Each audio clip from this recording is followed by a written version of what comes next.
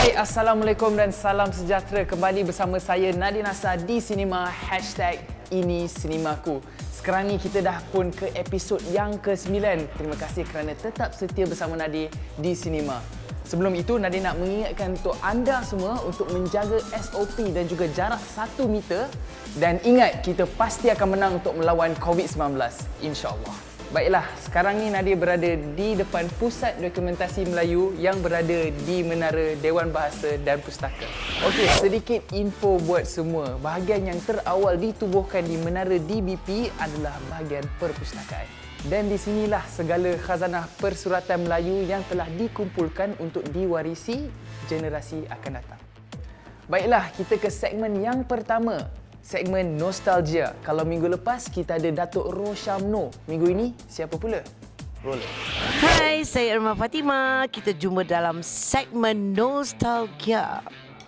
Di Wok Tangdik. Salah lagi. Fatimah binti Rahmat Ali dikenali dengan nama pentasnya Irma Fatima. Irma Fatima merupakan seorang pelakon, pengarah filem, penerbit dan juga penulis skrip. Kalau berlakon, ya, saya terjebak dalam berlakon. Tetapi pengarah adalah benda yang saya memang plan. Apabila saya di dalam industri ini, saya memilih untuk menjadi pelakon. Saya meninggalkan saya punya first year law waktu itu. Saya memilih jadi pelakon, maka saya kena pastikan saya sukses dalam bidang ni. Jadi apabila saya masuk dalam bidang lakonan, saya baru realise ini sebenarnya kehidupan orang seni. Pasti satu hari nanti bila aku sudah tua, aku tidak lagi boleh jadi heroin. Apakah nasib aku selepas ni? Makanya saya pun macam, cannot. Saya takkan selama-lamanya menjadi artis. Maka saya setkan apabila umur saya sekian, saya harus menjadi director, saya harus menjadi producer. Dan apabila saya berumur 45 tahun, saya harus stop all this and concentrate producer saja. Allah, ni nak buat stok untuk cucu-cucu aku masa aku tak ada nanti. Nak pergi mana pula? Aku nak pergi China. Apa nama tempat tu? Guangzhou. Saya sangat tenang dan saya tidak ada rasa cabaran-cabaran pun. Because what I do is what I like to do. Kalau saya tak suka, saya tak payah buat. Sebab tu mungkin saya tidak ada perkataan yang cabaran utamanya adalah untuk melawan produser-produser yang hebat di depan sana. Tak ada. Ni. Apa agaknya perbezaan industri perfilman dahulu dan sekarang? Tak ada beza dia. Sama je. Teknologi je yang beza. Selebihnya nasib dan sebagainya, khususnya kepada pelakon-pelakon, pembikin filem, pembikin director dan sebagainya, nasibnya sama saja. Seperti mana kita pernah mempertikaikan ataupun memperkatakan ataupun kita kesian dengan nasibnya Allah Yarham P. Ramlee, kita harus kesian dengan nasibnya pembikin filem sekarang seperti saya dan ramai kawan-kawan saya yang lain. Kami tidak ada right sama sekali. Sama je nasibnya.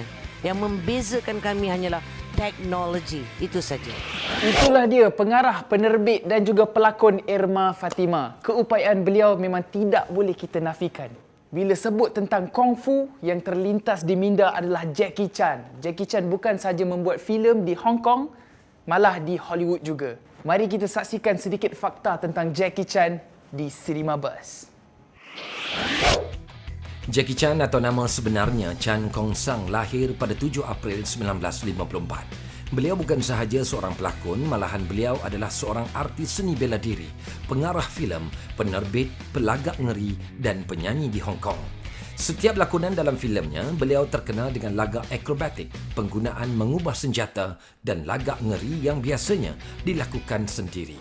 Jackie Chan mahir dalam seni wushu, kung fu dan hapkido. Dia mula berlakon sejak tahun 1962 dan telah berlakon lebih dari 150 buah filem.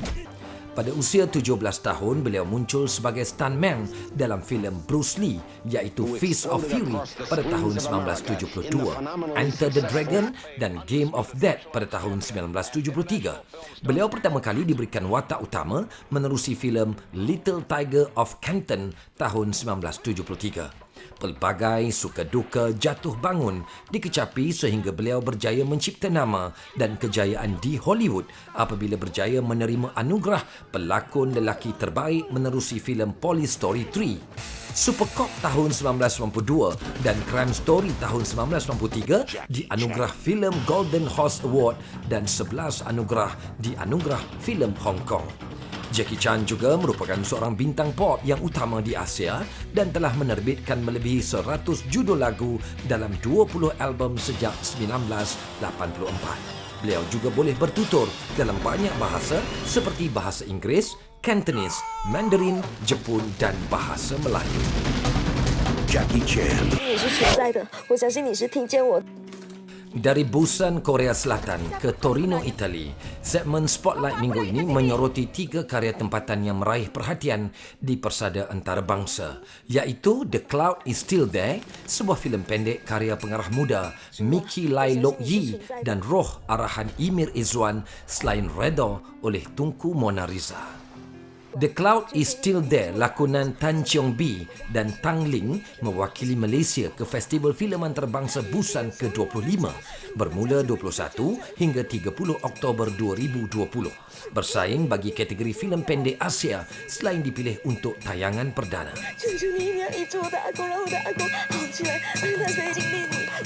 Bermula 23 hingga 26 Oktober 2020 pula, Redha bersama seleksi karya pemenang anugerah antarabangsa lain di bawah kategori Best of the Best di Festival Filem Dunia Asian atau AWFF bagi tayangan serta penontonan global menerusi platform AWFF Online Cinema. Dibintangi Namron, Jun Lojong, Nadia Nisa dan Remy Ishak, Redha yang diinspirasikan kisah sebenar mengenai autisme ini telah menjelajah ke pelbagai festival filem antarabangsa dengan meraih 11 anugerah sejak 2016. Atau sempurna, kamu harus terima dengan Redha. Di Torino, Itali pula bermula 28 Oktober hingga 1 November 2020, Roh menyertai seleksi filem antarabangsa di Festival Filem Horror Fantastic bersaing dengan karya dari United Kingdom, Jerman, Kanada, Rusia dan Turki. Dilakonkan oleh Farah Ahmad, Mia Farhana, Haris Haziq. Antaranya filem seram ini lebih dulu menembusi Festival Filem Antarabangsa Singapura, Festival Filem Asian Jogja Netpac, Festival Filem Udin Faiz dan Festival Filem Asian New York. Syabas dan tahniah Finas ucapkan atas ketiga-tiga pencalonan berkenaan. Dalam hutan. Showtime 1958, karya Anwardi Datuk Jamil mewakili Malaysia bagi seleksi filem antarabangsa untuk bersaing dalam kategori filem cerita di Festival Filem Antarabangsa Cardiff di Cardiff Bay, Wales bermula antara 24 hingga 27 Oktober 2020. Diinspirasi daripada peristiwa sebenar yang dikongsi seniman legenda Allahyarham Datuk Jamil Sulong, filem ini mengisahkan perjuangan anak-anak seni pada era jalan ampas yang menuju zaman kejatuhannya berikutan masalah keuangan yang dihadapi Malay Film Production di Singapura. Filem terbitan Nafalia Corporation ini dibintangi Shah Iskandar, Amai Kamarudin, Fatin Afifah dan Bel Ngasri. Tujuan kami melakukan pementasan pada malam Syabas dan tahniah daripada Finas kepada para national winners, antaranya pelakon Bron Palare dan Aida Aris. Selain Bobo Boy The Movie 2 dan pengarah Usamah Zaid Yassin menerusi animasi Agent Ali The Movie yang bakal mewakili Malaysia ke Anugerah Kreatif Akademi Asia di Singapura Disember ini. Mereka adalah sebahagian daripada penerbitan kandungan kreatif tempatan pelbagai format dan kategori termasuk drama, animasi, dokumentari, rancangan TV dan interaktif dari Malaysia yang bakal bersaing dengan karya antarabangsa. Antaranya dari Australia, New Zealand, Korea, Thailand dan Vietnam. Pemenang bagi anugerah yang diadakan untuk mengiktiraf kecemerlangan penerbitan industri kandungan kreatif ini akan dibuat pada Grand Awards dan Gala Final yang berlangsung antara 3 hingga 4 Disember 2020. Selamat tinggal, Bobo Boy. Memang apa yang saya lalui itu tak tahu itu semua saya belajar. So saya minat lah. Saya rasa saya minat. Saya tak tahu apa lagi yang saya dapat.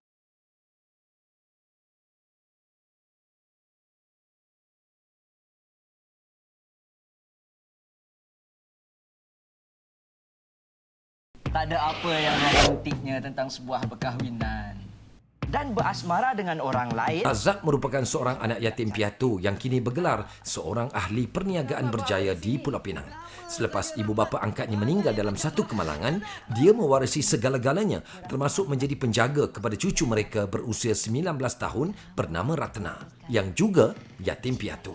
Daripada seorang kaki pati dan suka berfoya-foya, Razak perlu menunjukkan contoh baik kepada Ratna.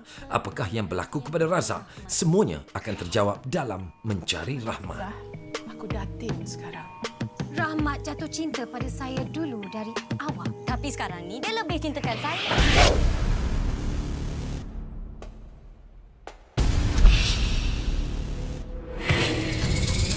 Sebuah filem Mandarin mengisahkan Ah Long dan adik perempuannya yang bermasalah dan berada dalam bahaya.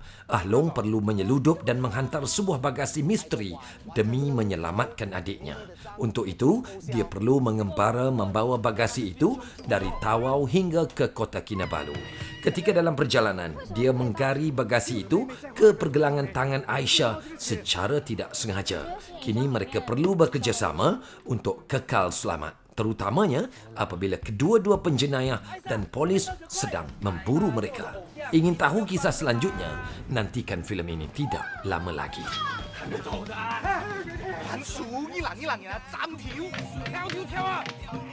Bagus tau. Lama dia macu. Siap macam perempuan. Untuk segmen Hot Seat pada minggu ini, kita bersama penyanyi, pelakon, pengarah serta penerbit yang terkenal iaitu Yusri Abdul Halim. Bagaimana agaknya dari bidang nyanyian beralih ke bidang perfilman. Macam bidang terjun sebenarnya. Because saya mula-mula asalnya saya penyanyi, membuat lagu sebagainya, saya memerlukan video klip. So bila memerlukan video klip tu, kita tengok director-director tu macam ini bukan version untuk lagu ni sebenarnya cerita macam ni. So saya cakap saya nak mengarah video klip.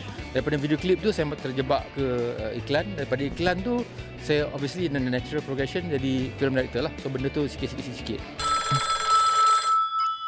Diam tak diam, Yusri sudah berlakon lebih dari 25 buah filem dan juga mengarahkan beberapa buah filem yang menjadi bualan ramai seperti Hikayat Meru Mahawangsa dan juga Vikingdom. Banyak kawan-kawan saya jumpa kat sini, kita we make friends dalam industri.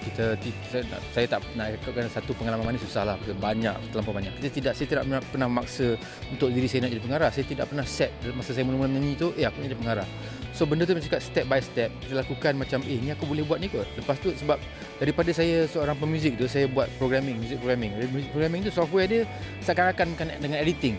So cakap daripada programming tu saya ke edit dulu, saya tak shoot dulu, saya editor dulu. Lepas editor dulu baru saya belajar sikit. So the progression was natural, tidak dipaksa dan tidak ada memaksa.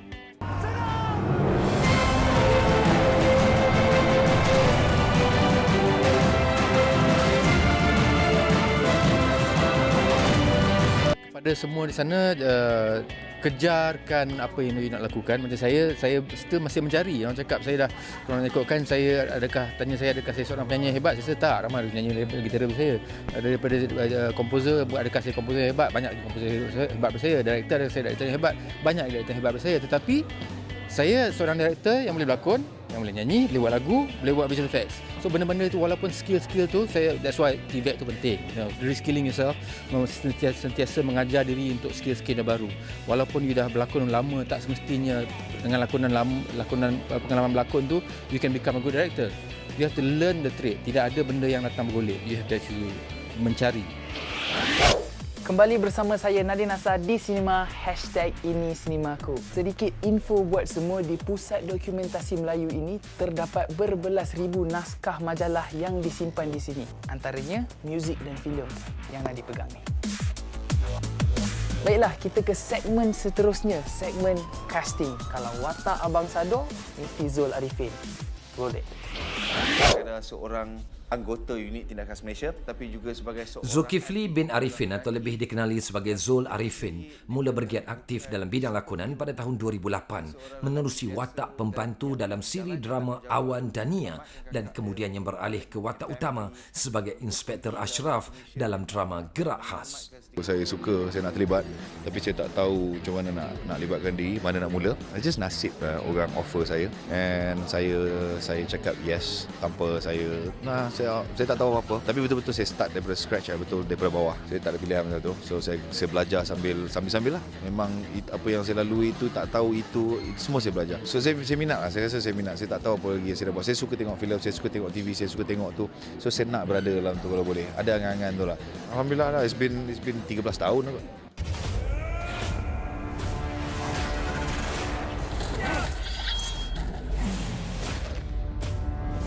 Dalam filem, saya rasa filem-filem saya semua saya suka. Proses kita orang develop the character, collaboration dengan orang, kerja dengan orang, semua I like it, semua saya suka. Nak cakap nak ambil satu je macam tak fair pula. Lain-lain ada memory dia. And also dalam drama, saya suka drama-drama. Saya suka drama-drama yang before this, yang mula orang mengenali saya. Kalau nak enjoy kata mak bapak lagi banyak lah. Habis tu yang kau takut sangat kenapa? Aku ada lah alasan aku sendiri. Nanti aku beritahu lah. Lepas habis cerita tu, saya punya daripada orang tak kenal tu macam kenal sangat ni. Ada 360 tu laju je ubah my life, semua ubah. So alhamdulillah lah saya dapat big break saya masa tu. So nak cakap pick one unfair lah, tapi ada yang saya ingat sangat-sangat tu banyak lah. Apa agaknya antara watak paling mencabar untuk Zul bawakan? Saya buat untuk Hantu Kak Limah. Susah sebab komedi, sebab saya kuat gelak. It's hard to berlakon dengan pelakon, bukan sebab nak buat lawak, sebab orang buat lawak ke sebelah kita dalam frame, so susah. Kita tak nak rosakkan take tu. Harapan setinggi gunung berderai menjadi debu.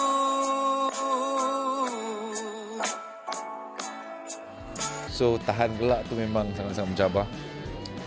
Tombiru physical memang saya sangat-sangat ni, sebab saya ni tu jaga makan, tak boleh makan banyak, so nak kena buat all these long hours. So masing-masing punya cabaran dia.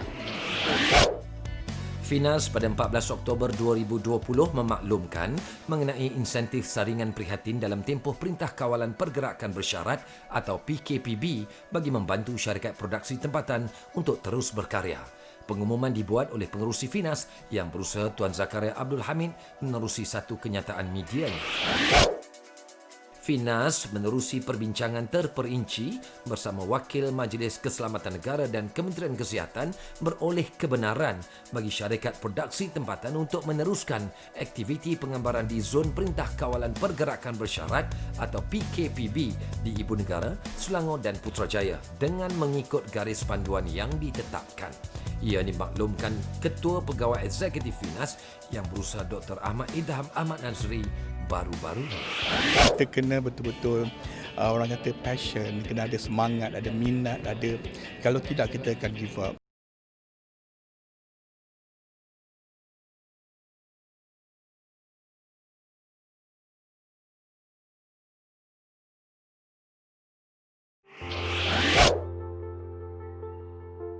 Siapa yang tidak kenal dengan pelakon legenda Allahyarham Tan Sri Datuk Dr. Jin Samsudin yang merupakan pelakon, pengarah filem serta senator di Malaysia. Beliau memulakan kerjaya sebagai pelakon pada tahun 1956 dalam filem pertamanya berjudul Keluarga Tolol dan telah berlakon sebanyak 40 buah 9 filem sepanjang hayatnya.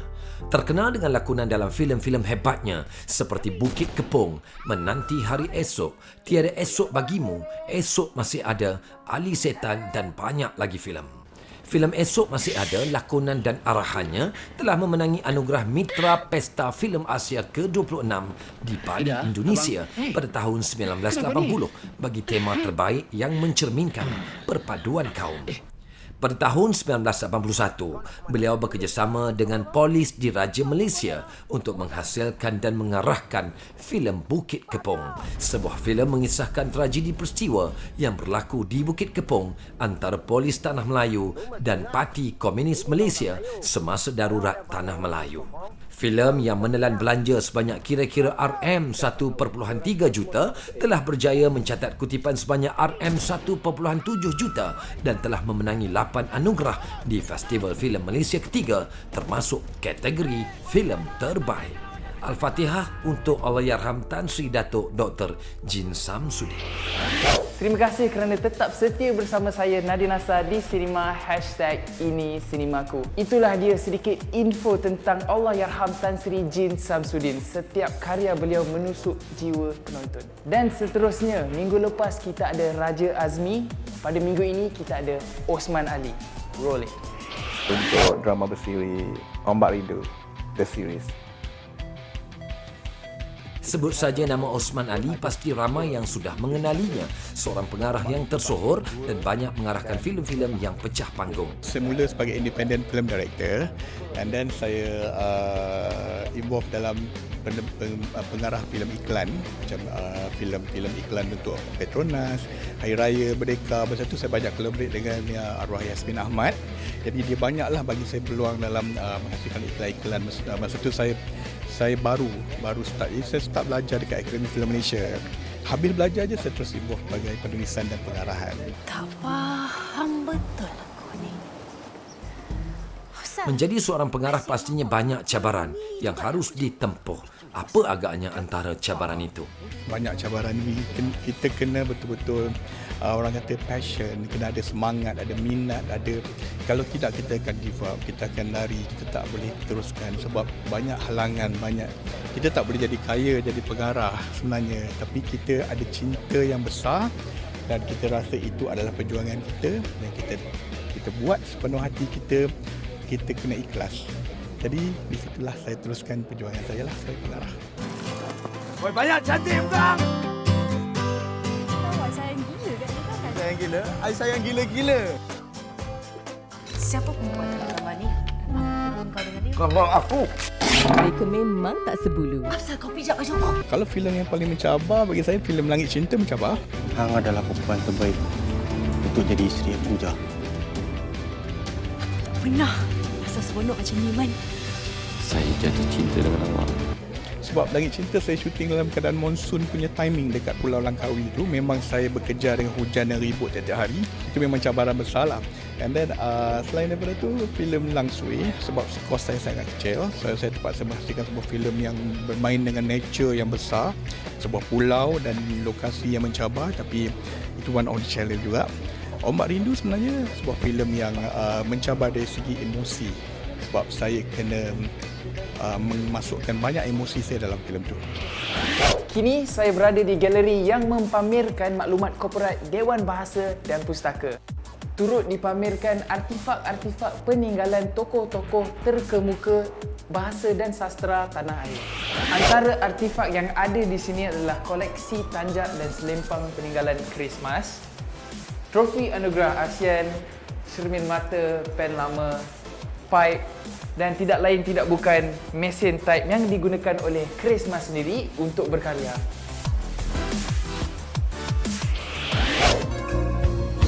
Tak mungkin ku tempuhnya lagi. Baiklah, sampai di sini saja #ini Sinemaku. Moga paparan-paparan cerita boleh membuka banyak lagi ruang-ruang seni dalam hidup kita. Semoga terhibur. Jumpa lagi, terus sokong industri seni tanah air. #ini Sinemaku.